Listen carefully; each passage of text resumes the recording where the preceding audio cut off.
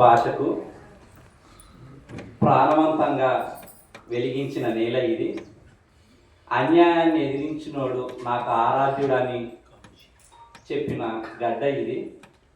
కాళోజీ వారసత్వాన్ని ఒక దీపంగా అందుకున్న బిల్లా మహేందర్ అన్నకు ఈ వేదికకు 10,000 శనార్థులు. గోపి సార్ వాళ్ళ కూతురు చనిపోయినప్పుడు ఒక వాక్యం రాస్తుండు, ఆమె మరణం క్షణమైతే మా మరణం క్షణక్షణం అని.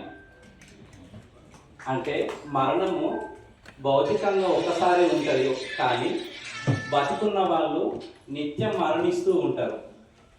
ఆత్మీయులు విడిచిపోయినప్పుడో లేకపోతే మానవ సంబంధాల్లో టెక్నాలజీ ప్రవేశించినప్పుడు మతము ఒక గదిలోనే ఉండకుండా సైకిళ్ళ మీదకి ఎక్కి బైక్ల మీదకి ఎక్కి పోలింగ్ బూత్ దాకా వచ్చినప్పుడు ప్రజాస్వామిక వాళ్ళు అనుకునే వాళ్ళు, మనుషులు అనుకునే వాళ్ళు, మానవత్వం అనుకునే వాళ్ళు నిరంతరం మరణిస్తూనే ఉంటారు. నిజంగా ఒక మనిషి అనేక సార్లు మరణిస్తాడు, కొన్నిసార్లు మాత్రమే జీవిస్తాడు.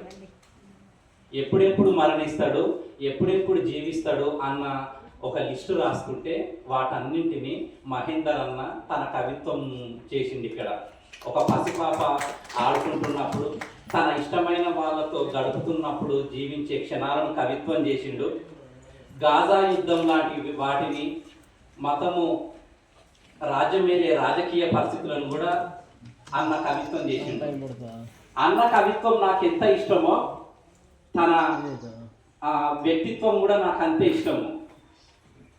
విద్యా ఫౌండేషన్ ద్వారా అంత గొప్ప కార్యక్రమాలు చేయడము, ఇప్పుడు ఒక పాట కావాలి అనేది 5 ఏళ్ల తర్వాత తీసుకొచ్చిండు. ఈ మధ్యలో అన్న ఏ కవిత్వ పుస్తకం తీసుకురాలేదు, కానీ ప్రతి సందర్భంలోనూ కవిగా జీవించిండు. బిల్కిస్ బాను సంఘటన జరిగినప్పుడు ఒక సంకలనం తీసుకొని వచ్చిండు. కరోనా సంఘటనలు జరిగినప్పుడు వలస దుఃఖం అనే ఒక పుస్తకం తీసుకొని వచ్చిండు. ఇల్లు అనే ఒక సంకలనం కూడా తీసుకొని వచ్చిండు అన్న కవిత్వ నిర్మాణంలో నాకు బాగా నచ్చిన విషయము, కొంతమంది ఏదైనా చెప్పేటప్పుడు బాగా అరిచి చెప్తారు, కొంతమంది చాలా మౌనంగా ఉండి చెప్తారు, కొంతమంది వాళ్ళు చేసే ఆగడాలను చూసి చూసి చూసి వాళ్ళ ముఖం మీద తూ అని ఉమ్మిస్తుంటారు. ఇంతకంటే మేము ఏం మాట్లాడలేమని ఒక నిరసనను వ్యక్తం చేస్తుంటారు. మహేందర్ అన్న అట్లాంటి నిరసన స్వరంతో ఈ కవిత్వంలో అనేక కవితలు రాసిండు. కొన్ని శీర్షికలు మనం చూస్తే తూ అని ఒకటి, చు అని ఒకటి, షు అని, రా అని ఏకాక్షరంతో తను దెప్పిపొడవాలనుకున్న అనేక విషయాలను దెప్పిపొడుస్తాడు. పాత సామెతనే సరికొత్తగా రాస్తున్నాను, ఢిల్లీకి రాజైన మెతుకుకు మోకరిల్లాల్సింది అంటాడు రైతు గురించి. ఈ 5 ఏళ్లల్లా ఏ సంఘటనలు జరిగినాయి, గాజా కానీ, రైతు చట్టాలు కానీ, కరోనా కానీ, ప్రొఫెసర్ సాయిబాబా లాంటి మేధావులను అరెస్టు చేయడం కానీ, ఇట్లాంటి ఏ సంఘటన తీసుకున్నా కూడా వాటన్నింటి మీద సామాజిక చైతన్యంతో కవిత్వం రాసి చెప్పడం అనేది అన్న కవిత్వంలో నాకు బాగా నచ్చింది.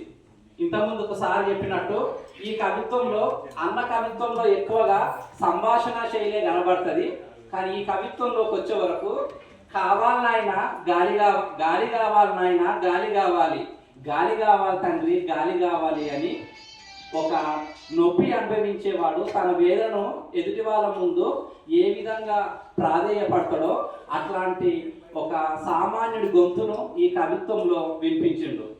అన్నిటికంటే కూడా ఈ కవిత్వము ముఖ్యంగా నేను ఉంటాను అనే కవిత్వం ఎందుకు ప్రత్యేకమైందంటే, మిగతా సంపుటాల్లో అందరి బాధను రాసిండన్న, ఈ కవిత్వంలో మాత్రము తన బాధను రాసుకుండు. మిగతా సంపుటాలు చదివినప్పుడు అన్న ఏ నేపథ్యం నుంచి వచ్చిండో తెలుసుకోలేకపోయినా, కానీ ఈ కవిత్వంలో బాబు నాకు నచ్చలేదు అనే కవిత్వం చదివినప్పుడు పద్మశాలీల జీవితంలో మగ్గం గుంటల చప్పుడు ఎట్లా ఉంటుంది, సిరిసిల్ల నుండి భీవండి అట్లాంటి ప్రాంతాల్లో వలసలు వెళ్ళినప్పుడు ఆ వలసల దుఃఖం ఏ విధంగా ఉంటుంది అని ఒక 2-3 కవితలు ఆ జీవితానికి సంబంధించిన కవితల్ని తన కవిత్వంలో చెప్పిండు. దీంతో పాటు ఉదాహరణకు ఒక్కొక్కరికి ఒక్కొక్క ఉనికి. ఇప్పుడు అదే మహేందర్ అన్నకు ఇప్పుడు ఉదాహరణకు చేతికర్ర కేవలం మనకు ఒక చేతికర్రలా అనేది అనిపిస్తుంది, కానీ అన్న దాన్ని ఒక అవయవం లాగా భావిస్తుండు. అందుకోసానికే నేను చనిపోతే నాతో పాటు ఈ చేతికర్రను కాల్చకండి, ఈ చేతికర్రను ఎవరికైనా దానం చేయండి అని అంటుండు. అది నాకు కేవలం చేతికర్రను దానం చేసినట్టుగా కాకుండా నాలో ఉన్న ఒక అవయవాన్ని దానం చేస్తున్నట్టు అనిపించింది నాకు. ఈ పేరును పలికినప్పుడల్లా, నేను మరణిస్తూనే ఉంటాను అని పలికినప్పుడల్లా నాకేమర్థమైందంటే నేను ఇంకా బతికి ఉన్నాను అనే మాటనే నాకు వినిపించింది. నేను ఇంకా బతికి పోరాడుతూనే ఉన్నాను అన్న మాట నాకు వినిపించింది. మొత్తంగా మనిషిని కేంద్రంగా చేసుకున్నా కూడా దయచేసి మీరెవరు నన్ను ఏ మతం అని అడగకండి, నేను కేవలం మనిషిని అని తను మతం కంటే కూడా మనిషి అని చెప్పిండు. ఈ పుస్తకంలో నాకు నచ్చిన ఒక చిన్న కవితను చదివి మీ దగ్గర సెలవు తీసుకుంటా. అన్న మనిషిని దేవుణ్ణి చేయమని చెప్పిండు, కానీ దేవుళ్ళు అనే ఒక పోయం రాసిండు. ఇప్పటి సమాజానికి ఎట్లాంటి దేవుళ్ళు కావాలి అని ఒక కవిత రాసిండు. తాను దేవుడిని చేయమని ఓ బండరాయిని చూపెట్టి వెళ్ళాడు. తిరిగెచ్చి చూశాక తపస్సు చేసుకుంటున్న బుద్ధుడు కనిపించాడు. లోపల గొనుగుతూ సరిగ్గా చేయమని జాగ్రత్తలు చెబుతూ మరో బండరాయిని చూపెట్టి వెళ్ళాను. తిరిగెచ్చి చూశాక చూపుడు వేలుతో నిలబడ్డ అంబేద్కర్ కనిపించాడు. పైకి రుసరుసలాడుతూ ఈసారైనా ఒళ్ళు దగ్గర పెట్టుకొని వార్నింగ్ ఇచ్చి మరో బండరాయిని చూపెట్టి వెళ్ళాడు. తిరిగొచ్చి చూశాక చేతుల్లో పుస్తకాలు పట్టుకున్న పూలే సావిత్రిబాయిలు కనపడ్డారు. కోపంతో పళ్ళను పటపట కొరుకుతూ దేవుడిని చేయమంటే మనుషులను చేస్తున్నారు, పిచ్చి పట్టిందా నీకు అంటూ వెళ్ళిపోయాడు. అనుమానం వచ్చి ఆ నలుగురి దగ్గరికి ఒకసారి వెళ్ళి తదేకంగా చూశాను. అనుమానం వచ్చి ఆ నలుగురు దగ్గరికి ఒకసారి వెళ్ళి తదేకంగా చూశాను. దేవుళ్ళే అని చూపించింది.